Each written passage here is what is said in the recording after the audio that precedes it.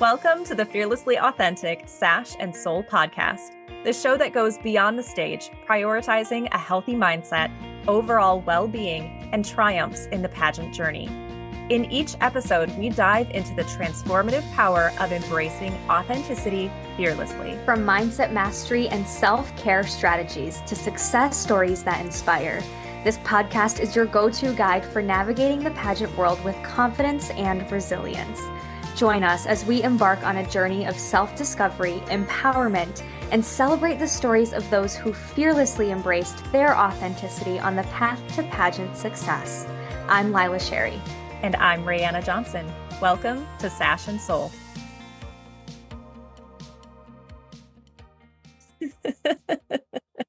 Hi. She said, "Here we go," right before she hit record. Here we are. Oh gosh. Hey, Lila. Hi, how are you? I'm good. I'm really good. Only because I'm laughing, and so it feels really good to be laughing. But if I were to think about all the things going on in my world right now, I probably couldn't say I'm really good, but it feels good to be laughing. It feels good to be chatting with you. I'm excited about our topic today. So yeah, right now in this very moment, I'm really good. How are you? Good. Same. Ditto to everything that you just said. What's moving wrong on. with me? Let's get it together. Woo! Okay, well, I think we can just jump right into this. Balancing life and pageants. What a big topic. It almost seems daunting to talk about. It almost seems impossible to talk about or to really truly answer this question, because before we hit record, we were going through our outline or what we wanted this episode to be, or what our goals were, or what the resources or the solutions that we had were. And honestly, it really just came down to, well, why don't we just talk about what's happening in our lives? You guys have heard throughout the episodes for the last few months, snippets and bits of our lives, and you can kind of follow the journey. And so how have we navigated changes and transitions recently? What does that look like for us? What has helped us? What are mistakes that we've made? Because frankly, I think we came to the conclusion that everybody is going to look a little bit different when it comes to what they're trying to balance, or how they balance it, or what works best for them. So we decided that rather than trying to come up with all of these big psychological solutions to things, that we would just kind of just talk about our experiences. And that's what we're going to do today. Yeah, absolutely. I just had a visual as you were talking about this, and visualizing balance and what that looks like. And there's so many different examples of balance. We just wrapped up the Olympics a few weeks ago. So I'm thinking of a gymnast on a balance beam, or, you could think of a literal weighted scale, and how to balance that out with different weights on each side. So many different examples of balance. But I was thinking to myself, if you are looking at it as a balance beam, and you're crossing from where you are to wherever your goals are moving forward, the wider your base is, the wider that balancing beam is, the more sturdy you're going to feel, the more safe you're going to feel, and the quicker that you can get across to your goals. So I think what we're really talking about today is, how do we widen our base so that we feel more sturdy and steady moving forward towards our goals? And sometimes our base gets a little more narrow, and it feels like we're walking on a tightrope instead of walking on a plank or a bridge and going straight towards our goals. And that's where we get tipsy, and we got to figure out, okay, how do we widen that base again? So I feel like that's the visual that I'm using for myself today in this conversation. Ooh, I was going to take it one step farther and say, when you're a gymnast, you'll hear the commentators or the announcers talk about, when they fall off the beam, they lost sight of the beam. Because a lot of being a gymnast, I've learned throughout now that I'm a gymnast connoisseur. Yes, you are. After the Olympics. So is everyone else. But one thing that I learned, I guess, was that you can lose yourself while you're in the air visually. And a lot of it is muscle memory, yes. But if you can't find the ground with your eyes, it's a lot more difficult to land. So I'm going to take it one step further and use that as an example of when you're losing sight of the beam as a metaphor. it makes it much more difficult to land on it or to see where you're going. So when you're focusing on all the wrong things, and like you say, Ray, the crap in the corner.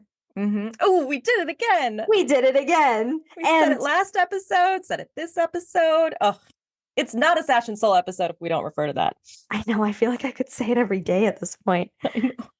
But when you literally have crap in every corner of your home right now. So right. If you all could see, I contemplated just like documenting this for my own sake for to look back on, but then part of me was like, I don't know if I ever want to see this again. So anyways. So when you are not focusing on the crap in the corner, when you're focusing on what's in front of you or where you're landing or where your goal is. Yes. And that could look like being present. That could look like writing down your list of stressors and deciding on what is actually stressing you out, right? That is my visual part of that metaphor. Yeah. I have another one. Okay. Okay. So maybe we'll just have a whole episode of metaphors and visuals. So you're a ballerina too, as am I, at least trained in ballet. You know, like you remember your instructor telling you, like when you're doing a pirouette or when you're doing fouettes, to ground yourself, to press into the floor. Use the floor. The floor is your friend. Yes, absolutely. Absolutely. So that grounding idea. And I've heard that too in just mindfulness work and in other areas of like, when you feel more grounded, meaning like you feel sturdy and you feel like you've got sure footing, then you're going to have a better balance as well. You know what else that makes me think of is in track, we've been watching a lot of track documentaries. So forgive me for the last 3 episodes. You guys are nerds. I love you so much. You're such nerds.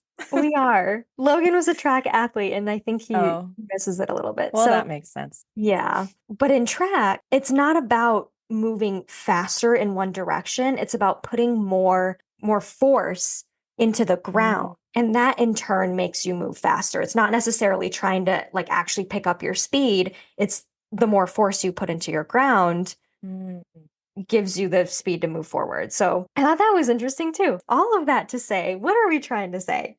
Yeah. So I'm so glad you asked, because all of this has a theme, and it is truly like your base, focusing on your base and making sure that you have a solid base. What is it that you're standing on? Do you see it? Do you feel it? Are you standing firm in that base? And that is the launching point right there.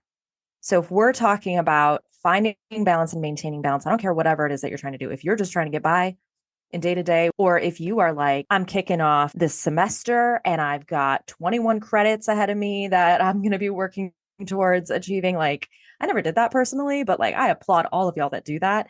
Yeah. Or if you're starting a new job, or maybe you're an educator and you're starting off a new school year with a new set of students in your classroom, like, or maybe you're getting ready for Miss America, because I mean, they just announced the dates of Miss America, which is so exciting. I think it's December 31st through January 5th. So like that's coming up. So like I can remember too, like when you get that date of, you know, when that end date is, now it's all of a sudden so real. And so you're focusing on that. Like no matter what it is that you're going through, or if you have solid goals or you're just trying to get by, having that grounding is going to be the most powerful thing for you in order to succeed and to thrive and to be well. And I think that's something that, you know, Lila and I are going to dive in a lot more. I'm excited about this, like talk about our lived experience in the last few months and feeling like we've been out of whack, off balance, off kilter, like why that's been happening and what we have been trying to do to get back on balance. Well, you made a good point, Ray, is that a lot of feeling off balance is due to changes and transitions. And a lot of the times when you catch yourself feeling just off in general, we use the word balance a lot in this world, but I think just feeling off or feeling awkward or feeling out of a routine, something has probably changed, or there's some sort of transition that you're going through. If you want to talk about personal experiences, I literally this entire year since January has been transition and changes. Life looked different before Miss America. Life looks different after Miss America. life looks different than after Miss Wisconsin in June. So Miss America was in January, and then June, Miss Wisconsin was over. And then I went from being an employee at the news station to not working in the news to now being my own boss and doing that. And then also we're moving across the country. And now it's August, and there hasn't been an end to the changes this year. So, personally, I think, well, first of all of those changes and transitions came with a different set of challenges. That's important to recognize too, because just because you're going through a change or transition doesn't mean it looks the same as the person going through another change or transition next to you. But two, a lot of it didn't necessarily have a solution. So I didn't have the ability to take away the change or transition that was causing the stressors, unless it was as big as not doing the business thing that I want to do or not moving like I want to move, right? Like that was really the Like only big major decisions. solution. Yeah. So when you Yeah. think about it, is it a lot of radical acceptance? That's what I had Yep. to do. Was a lot of Yeah. acceptance into this is just what my life looks like right now. And then two, also realizing how much the little things can be really life-changing because right now I'm sitting here in complete disarray in my place and I could be really stressed out, but I could also trust the fact that the packing is going to get done. It's not, Mhm. there's no way that it doesn't. I've never not packed and been okay with that. But also, number two, things like having a routine to as much of a routine as I can have, making my morning coffee, doing my journaling, even but the podcast recordings. Like we're in the middle of a big move. You're about to leave for Italy, and we're still Mhm. making sure that our podcast episodes go up. Can we pat ourselves on the back for that? Yes. Also really helps. Done. And that also really helps for me, at least, that tiny little snippet of a routine has been just the saving grace because when you're in those routine moments, I'm making my morning coffee, I'm doing my journaling, and I'm doing this podcast recording. It takes up maybe 20% of the time in your day. But when you're doing those things, that's all you're able to think about. I guess my solution is find the things in your life that when you're doing it, it's the only thing that you can think about. Okay, I'm done now. Okay. No, I love that. I love like there's so much complexity when you feel off balance. And so I was frantically writing down notes as you were talking because like you're just sparking ideas for me left and right, which is why we're such a good team. When you're off balance, oftentimes, and not always, oftentimes it is because you are going through a period of change, transition, or some level of unknown. So oftentimes that's what it is. And that's what's happening when you start a new job, when you start a new school year, when you move, when you're traveling, when you've lost someone, you're going through a breakup, when you're starting a new relationship. Like truly, there's so many things in our life that are changing on any given day. And that causes that level of anxiety and unknown so often. And this is the point I want to touch on. We in Fearlessly Authentic, we talk about being solution focused, but I want to really point out that we can't always find solutions like Lila was talking about. Sometimes you just have to go through it. You have to just pack up your stuff and be as organized as you can. There's no avoiding it.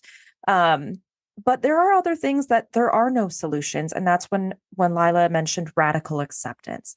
I think this is a really important point to talk about because I struggle sometimes with being able to figure out what I can and can't control. It's such a valuable tool and skill to use when you can literally sit down and write down all the things that are on your mind, all the things that are just like ruminating for you, and sort them out between I can't change this. I'm just going to practice radically accepting it. Radical acceptance does not mean that you like it. It does not mean that you have to change how you feel about it, but just accepting that it is what it is instead of going over and over in your mind how you wish it would be different or wish you could change it or like trying to figure out some solution for something that doesn't have a solution.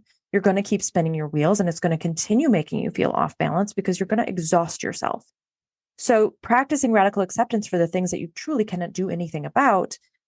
And there's another option then with other things on your list. What things on your list can you actually do something about? And then decide if, when, and how you're going to do something about it. You have to kind of take the emotion out and be a little bit more neutral. Talk about that too. Like there's heightened emotions about things all the time. If you can get to a neutral zone, it's a lot easier to take action there. Or massive, messy action, which I think is another way of being in the neutral zone of just like, all right, setting a timer, 20 minutes. I'm going to bust out as much of this stuff as I can possibly get done. I think you'll be amazed at how much energy and motivation you have by the end of that 20 minutes that you're like, all right, now what's next? Because all it takes sometimes is just that little spark to get moving. So I think that's really, really important to think about. Like we talk about focusing on the crap in the corner. Some of that crap, you're just going to have to be accepting of. Like practice that radical acceptance. Again, you don't have to like it. And a lot of that stuff is stuff that you can take action on, even if that includes delegating to somebody else, because you don't have to do it all. So I think in practical terms, that is one way to help at least regain your balance if you feel like you're off whack, off balance, out of whack. I keep doing that. Yeah. Or if you just want to maintain your balance, like keeping that perspective in mind. The other thing that I wrote down as you were talking was this idea of practicing balance. We're going to dive into practice. Lila and I were talking about this before, but like what practice is and what practice isn't. But practicing balance and finding the value in having to find your balance. So when I talked about the balance beam or like going from one ledge to the other when you're going after your goals, and sometimes you feel like you're walking a tightrope rather than walking over a bridge that's nice and sturdy, there's value in having to practice that balance on the tightrope. There's a reason that if you're doing a workout program, the instructor, the trainer is going to add balance into that workout because it's just another way of like working out little kinks and working on different smaller muscles that are going to support your larger muscles. Like there's value in having to practice balance. And when I say practice, I do not mean practice to the point that you have reached perfection at it. I don't think that any of us are ever meant to be perfect at balancing. That's just not a thing. We're supposed to have those moments where we feel a little bit out of whack. Otherwise, are we really experiencing life? Are we really experiencing change in a way that helps us to grow? Because you can't have growth without like change. Like you can't. And without, pushing yourself to be uncomfortable a little bit sometimes. So there's value in the imbalance, and it's about practicing, but practice does not mean perfect. It does not. I don't like practice makes perfect. I don't think that that's a real thing either. So practicing is truly just for your overall well-being and maintaining your level of self and well-being. What am I trying to say? In order to accomplish those goals and whatever it is that you're trying to manage in your life right now. Yeah, well, I think this just goes into balance. What does what does this actually mean? What are we balancing? How do we balance it? I think balance is really the need to prioritize things.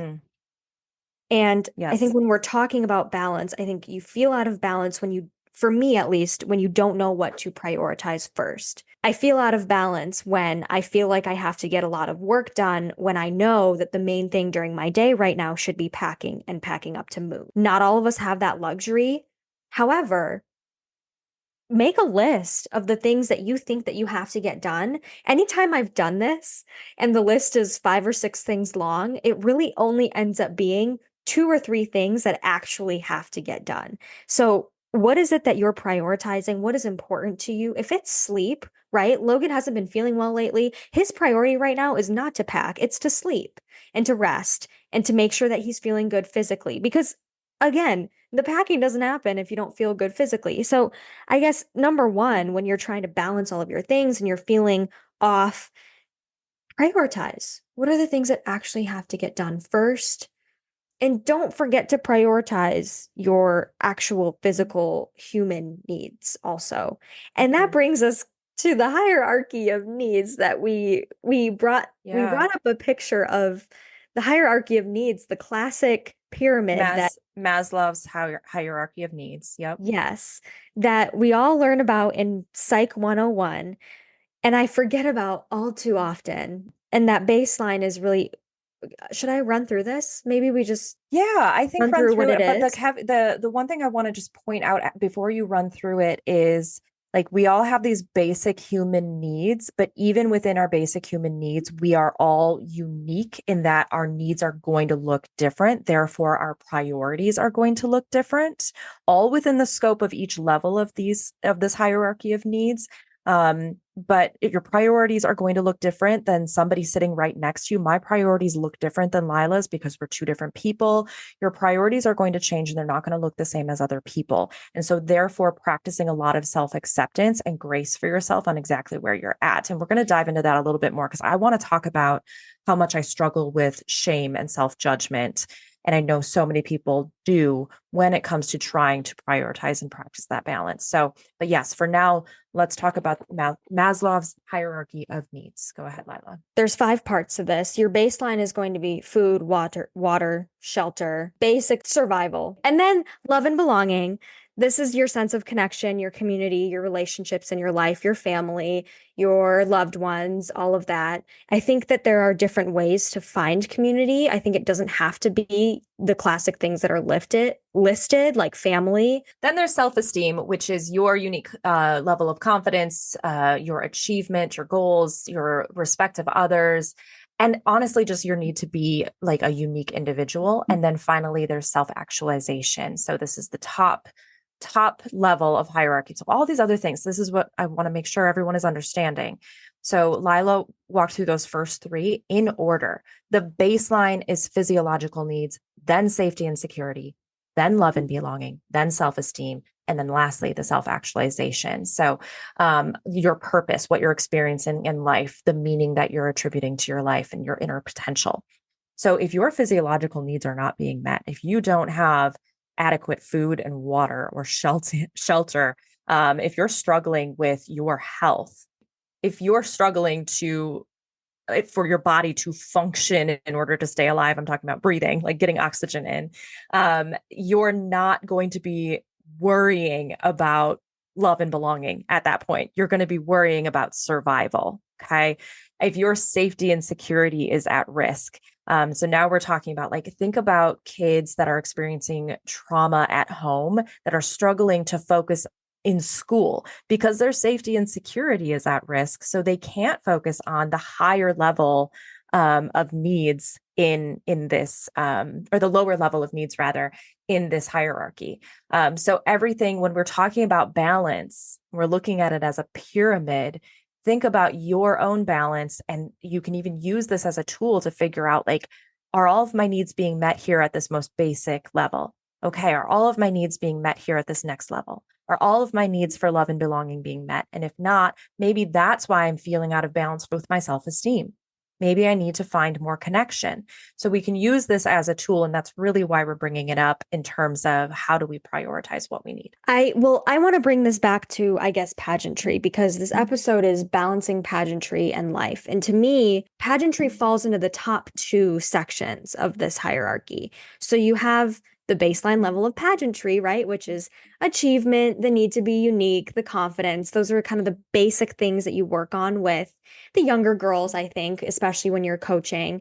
And then the real highest level of all of this is where pageantry comes in. And that is the experiencing the purpose, the meaning, the inner potential, and how you showcase that through pageantry. Because again, now I feel like it's not a Sash and Soul episode if I don't say this. Nobody's actually good at pageants. It's not like a running sport. It's not a point-based sport. It's a subjective thing. Pageantry is a subjective thing. So you're not actually able to be good at pageants. Yeah, you can find success, but you find success in all these other areas of life before you find success in the self-actualization portion at the top of the pyramid. And when you say you find success in other areas of life, we're talking about the skills, like your speaking skills, right. Your ability to put together a really powerful community service initiative that you're passionate about, that you're driven behind, that you're doing really cool things with, that you've got a talent that you're showcasing. Right. You've really honed in on like your your hair, makeup, clothes, your walking, your interview skills. Like those are the skills you can practice and succeed in those areas. And then you put it all together. But at the end of the day, it's still subjective. You can be good at these levels of skills that are also going to help you in other areas of your life.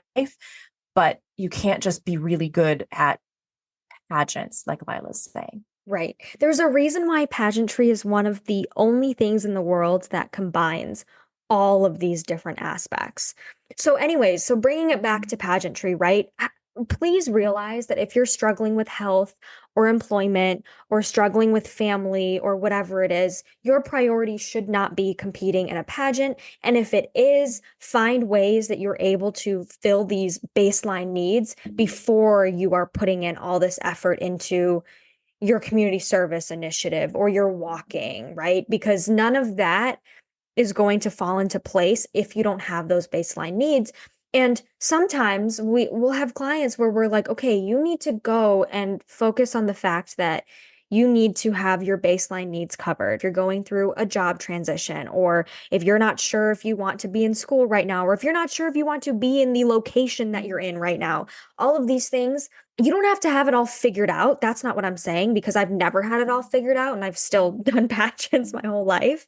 But the priority should be different. I've walked into different competitions with different goals because what was going on in my life at the time looked different because of this priority hierarchy. So I guess that is what we're trying to get towards, is that instead of trying to balance pageantry with your life, take it step by step in the way that Ray was talking about, right? Like you have food, you have water, you have shelter. Cool. Move on to the next thing. Is your employment feeling secure? Do you like what you're doing in that way? Safety and security. And then move on to your family and your sense of community and what you're doing there and feeling like you belong somewhere. I think that is really the base of what we're talking about when it comes to trying to balance pageantry and life.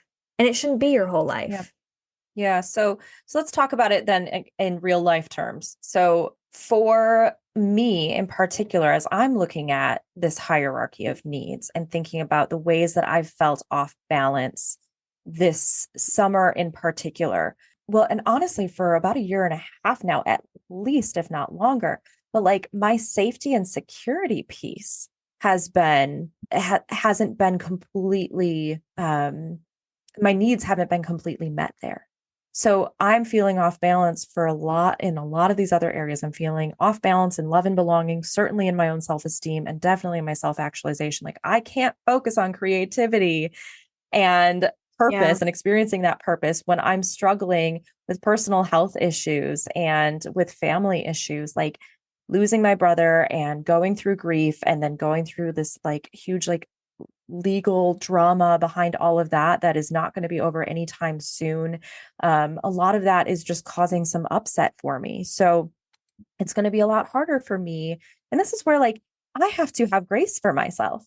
Yeah. I need to look at this and be like, no, this is science, you guys. Like this hierarchy of needs, like it's been studied in psychology. Like I can look at this and try really hard to have grace for myself and to have a non-judgmental stance of looking at the circumstances in my life and how those circumstances are affecting my overall well-being and my ability or lack of ability to accomplish some of these other things that I would like to.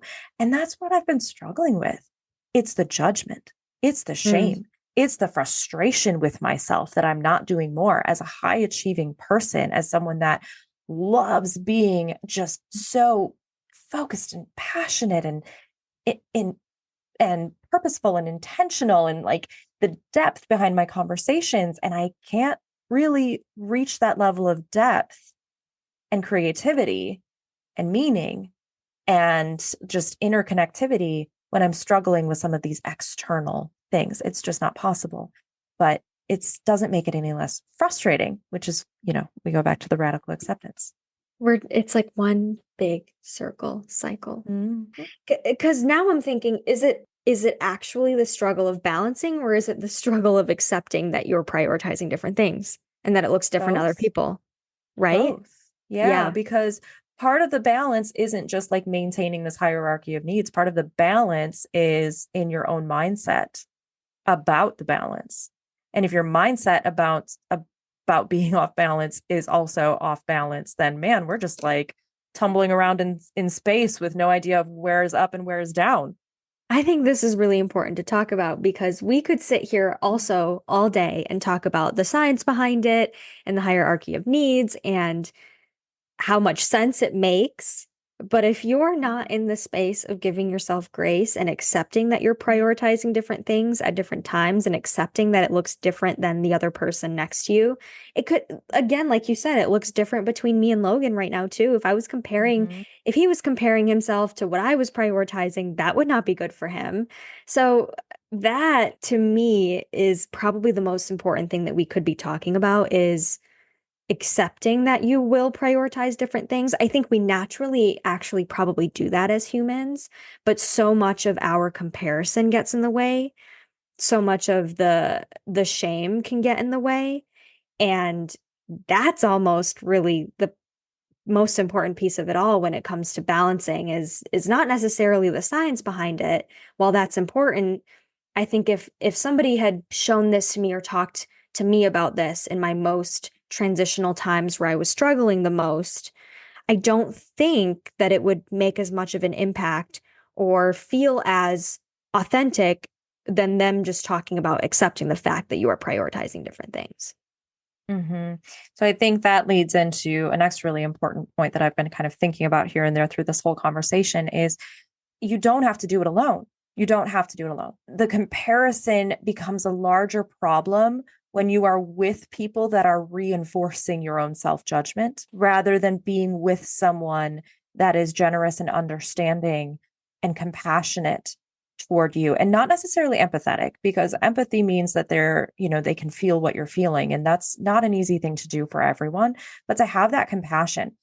Yesterday, my husband and I were talking about the trip coming up. We were talking about we've been doing a lot of estate planning, and we've established a trust where we put like our house in the trust and like all of our assets to make sure that all of that is protected if anything were to happen to us. And this is important to my family in particular because my mom is dealing with all of my brother's assets being in probate right now, which just basically means that it's going through the state and she doesn't have access to any of these assets, and they have to you know, provide a death certificate and like go through all of these hoops to get access to my brother's assets. And so she has been gently encouraging all of us to make sure that all of our estate is in order. And so we wanted to prioritize that before we left for Italy, but we were talking about it yesterday, and I went from being like really, really excited about Italy to having some anxiety about it. And my husband was like, look, I get it. He's like, I don't feel this level of anxiety, nor could I possibly feel what you're feeling about putting together a trust and like planning for if something were to happen to us. Because he's like, I haven't experienced the level of loss that you have. But since you have, you're empathizing with the rest of your family, and that fear for you is very real.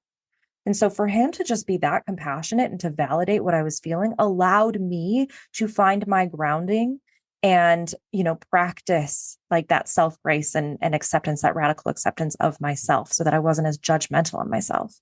Now, I don't think that it's healthy to rely on other people for that validation. It's really important to practice validating yourself, but it's certainly not helpful to be around people that are invalidating you. Goes back to the inner circle episode. Picking your team. I think too, just because my second level here on the hierarchy of needs has been rocky for some time now, that doesn't mean that I'm not also still like feeling the love and belonging or trying to lean into that, because that can be supportive for me in what I'm going through. And like definitely struggling more with my own self-esteem and my self-actualization, but that doesn't mean that I'm not still doing what I need to do. Like I'm trying to balance in a sense that I know I'm out of whack in one area and I'm going to give space to that, but I also have priorities and things that I need to get done elsewhere. But part of the mindfulness and the self-acceptance and the grace that I'm practicing is understanding that I'm not going to perform at a level that I might otherwise in these other areas. if I wasn't also struggling with this over here. So that's part of the grace, is like just accepting that you might not be at your best right now, the best that you've ever been or the best that you could be, but you're at your best for where you're at right now. And that's good enough. I think that's the point of this whole episode, is recognizing that prioritizing looks different for everybody. You're not necessarily throwing everything away when you're balancing things, but it shifts. What am I visualizing in my head? It's if you see a time lapse of a pie chart that's changing over time and how everything is just changing all the time, that to me is kind of the visual, and accepting all of it and not comparing. And I think that so many of the issues, for lack of a better word, that we talk about comes down to comparison so often. Yeah. And I just think about how much our lives would and could look so different if we just tackled this big comparison piece of life, and how much that would change the way that we navigate or struggle with different other things going on. Because a lot of this stuff is very natural, honestly, natural life things that are just going to happen. It's impossible to prevent it from happening, and you're going to hit your head against the wall constantly if you try to prevent difficult things from happening. So then how much of it really is just realizing that it's a lot of the yuckiness is coming from the comparison portion of what we think our life should look like when we're looking at other people's lives. And also remembering that we're not meant to know what everybody else is doing at all times, or we're not meant as humans to know what's going on in the world 24/7 all the time. That's like the biggest thing. And that's kind of all I got for this episode right now. And I feel like we've talked about everything that needs to be talked about, but also the solution pieces are really just accepting, not comparing, prioritizing. Those are like my three main takeaways, are those three things. Yeah, I think I want to end on recognizing again that if you're listening right now, I mean, I don't know where you're at. I don't know what space you're in. I don't know what needs are not being met for you. I don't know how you're feeling. But if you happen to be feeling pretty off balance, and if you happen to be feeling like you are just really struggling to get anything done, or really being frustrated with yourself because of your level of ability right now and where you're at, I think the best thing that I could say to you is that I've been there. I've been there more times than I care to count. And even like as a coach, like feeling this sense of responsibility to my clients, and like feeling like I'm supposed to be pushing myself through whatever it is that I'm going through. And the best thing that I could have done for myself, and it was not easy. I think this is my message to you. The best thing that I could have done for myself when I lost my brother and I was catapulted into horrific grief and re-traumatization because I had lost my brother in high school, my older brother in high school. So it was just bringing up a lot of that, and fear for my family, and my own mental health was just in shambles at that point. The best thing I did for myself was practice grace and told myself, I'm not going to be the same type of coach that I was before my brother died. And I have to give myself grace for that. I also recognized and really kept reminding myself multiple times a day sometimes that I wasn't at my best at that moment, but I was going to be better and stronger somehow because of it. And I was certainly, and I'm still not in a place where I'm like grateful that it happened. I will never be grateful that any of this happened, but I can be grateful for the growth that I experience. And I think whatever you're going through, my encouragement is it's okay to feel what you're feeling. Allow yourself to feel that. Growth and healing is not a linear process. There's a lot of pausing, and there's a lot of feeling like you're backsliding. But just know that you will get stronger for it, because like we talked about, like that balance is necessary. Practicing balance is necessary for you to grow and evolve. So balance is going to look different for you than it looks for somebody else right now. And that's okay. And I just feel like I have so much more on my heart to share, but the words aren't coming to me. So just know that I'm pouring love out there because we all find ourselves in just really crappy situations sometimes.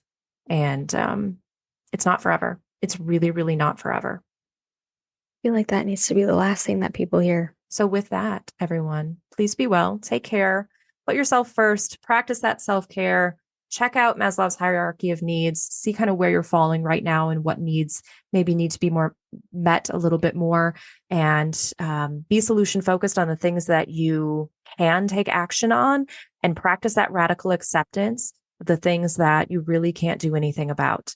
Yeah, with that, we'll talk to you next week. Thanks for tuning in. See you guys later. Bye. Hey, you guys, if you love what you're hearing on Sash and Soul and you're preparing for a pageant competition, you have to check out our free online training, 3 Keys to Winning the Crown. In this game-changing workshop, you'll discover the secrets to owning the interview and the stage with a winning mindset and humble confidence. This transformative session will empower you to cultivate a fearlessly authentic mindset and learn how to embrace your unique strengths, conquer limiting beliefs, and radiate confidence on and off the stage. You'll master the art of communication and discover powerful strategies to captivate judges and audiences with your unique voice and message. Click the link in the episode summary or visit fearlesslyauthenticcoach.com to claim your spot in this complimentary training. Your journey to greatness starts